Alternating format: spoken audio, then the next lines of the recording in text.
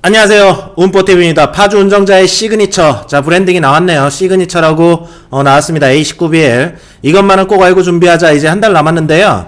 예상 분양가는 얼마나 되고 작은 플랜 한번 짜드려 볼게요. 그리고 전매 제한, 실거주 의무 이거 많이 바뀌었거든요. 지금 청약제도가 바뀌었기 때문에 한번 처음부터 다시 한번 짚어드릴게요. 이거 보시면서 준비하시는 게 조금이나마 도움이 되실 거라고 생각을 합니다. 자, 구독과 좋아요는 큰 힘이 되고요.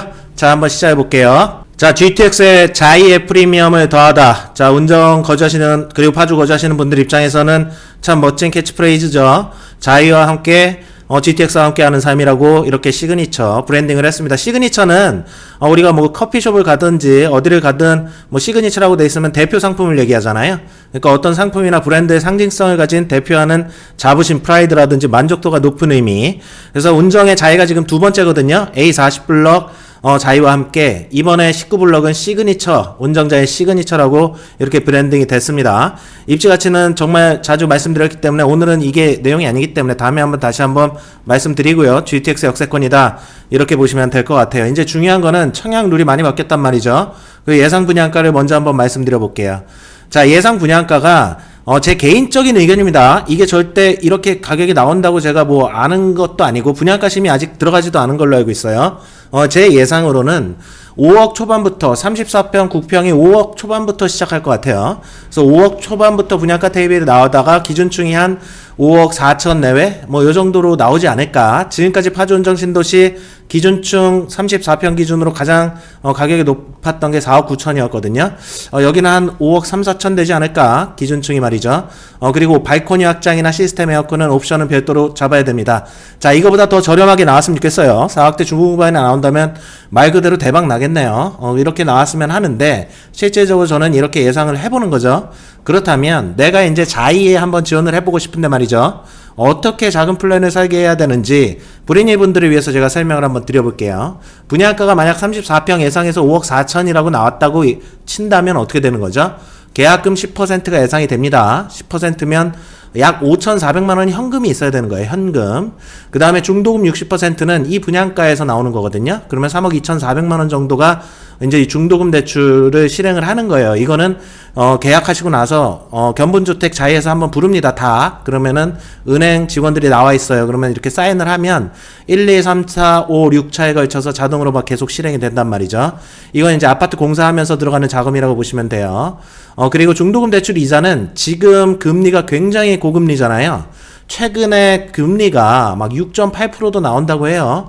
근데 한번 6%로 잡아봤습니다. 왜냐하면 이런 긴축 정책이라든지 미국의 금리 인상이 올해까지 뭐 좀 지금도 금리가 인하될 것이라는 기대감을 많이도 가지고 있잖아요. 그래서 이 변동금리로 어차피 계약을 하시기 때문에 6%는 상당히 센데 이렇게 잡는다고 쳐도 연 1944만 원 정도의 금리 중도금 대출 이자, 여기서 이자는 이자 후불제로 나왔을 때 얘기하는 거예요. 그러니까 입주 시점에 중도금 대출에 대한 이자를 다 갚아야 되거든요. 중도금이랑요. 요 정도 잡으셔야 돼요. 그리고 잔금 같은 경우는 한 1억 6,200만 원. 요 정도가 되는 거예요. 그러면 입주 시점까지 내가 끌고 가려면은 어느 정도 지금 돈이 필요한 거죠. 일단 계약금은 무조건 필요로 하는 거고요. 그리고 여기서 빠진 게 있어요. 발코니 확장이라든지 시스템 에어컨을 하게 되면 10%나 20% 또 계약금 현금 들어가거든요. 그런 옵션에 대한 계약금도 현금이 필요한 거고요.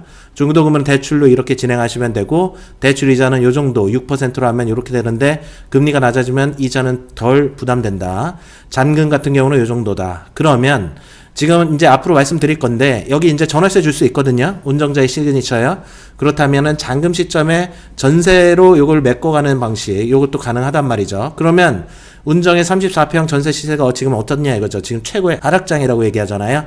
한 3억 중반 정도 됩니다. 과거 작년 재작년에는 호황기에는 막 4억, 뭐 34평 5억까지도 시세를 부르시는 뭐 임대분들도 계셨어요.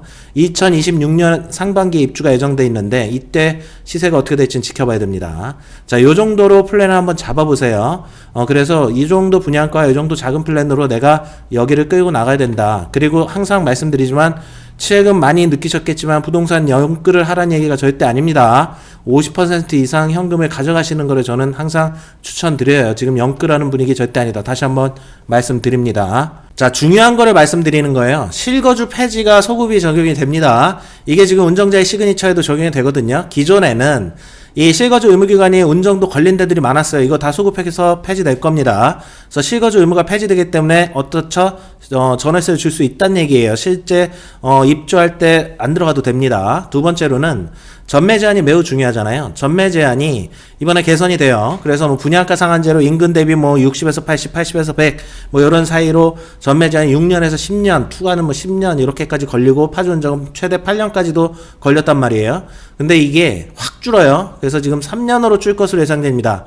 이번에 운정자의 시그니처는 전매 제한이 3년이 걸릴 것으로 예상이 돼요. 파주 운정 신도시 관내는 공공택지이기 때문이에요. 공공택지가 아닌 파주의 다른 지역은 6개월 전매 제한, 이거 이제 분양권 실질적으로 거래가 가능할 정도로 낮춰지는 거거든요. 근데 운정자의 시그니처는 이기 신도시 공공택지이기 때문에 저는 3년을 예상합니다.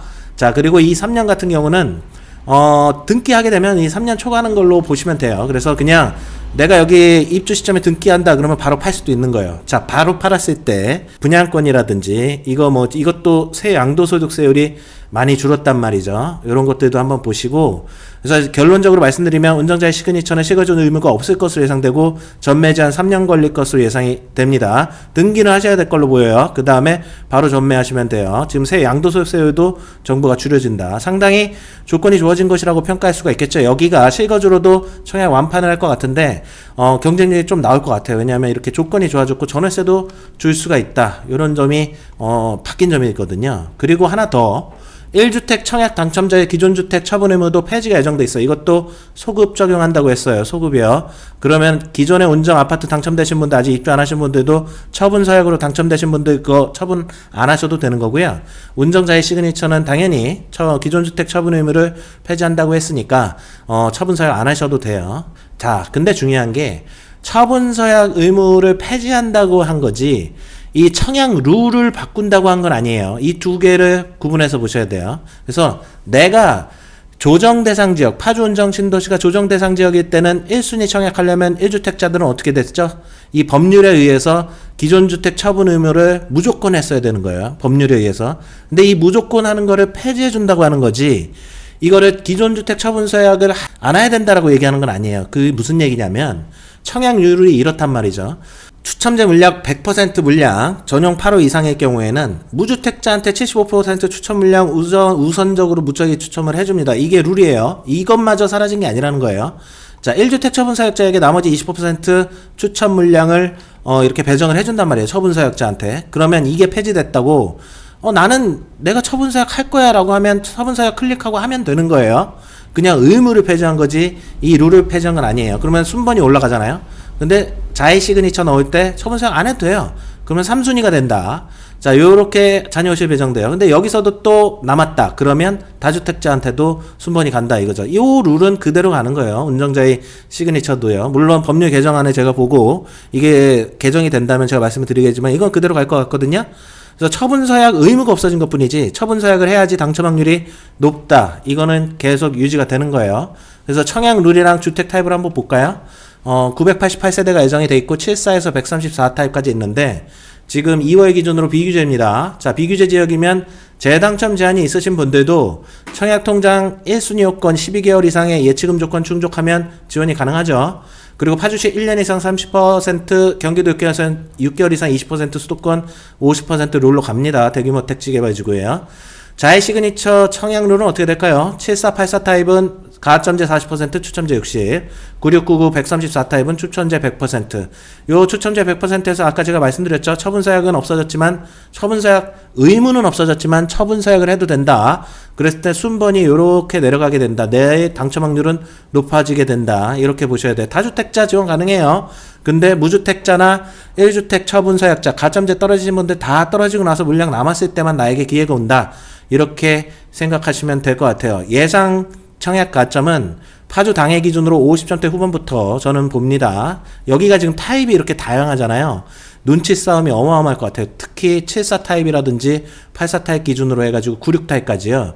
이거 어느 청약 가점 이 스펙트럼이 되게 클 것 같아가지고 어떻게 말씀드리기가 좀 어렵습니다. 근데 파주당에는 60점 전후, 경기도 수도권은 60점대가 나오지 않을까, 요렇게 한번 생각을 해보는 거죠.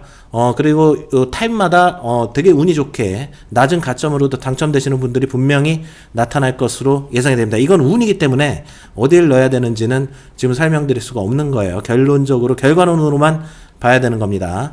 자, 궁금하신 점은 운포 카페에 오셔가지고 한번 상담 받아보시고 대화해보시는 거 추천드리고요. 오늘도 시청해주셔서 감사합니다. 행복한 주말 되세요. 구독과 좋아요는 큰 힘이 됩니다.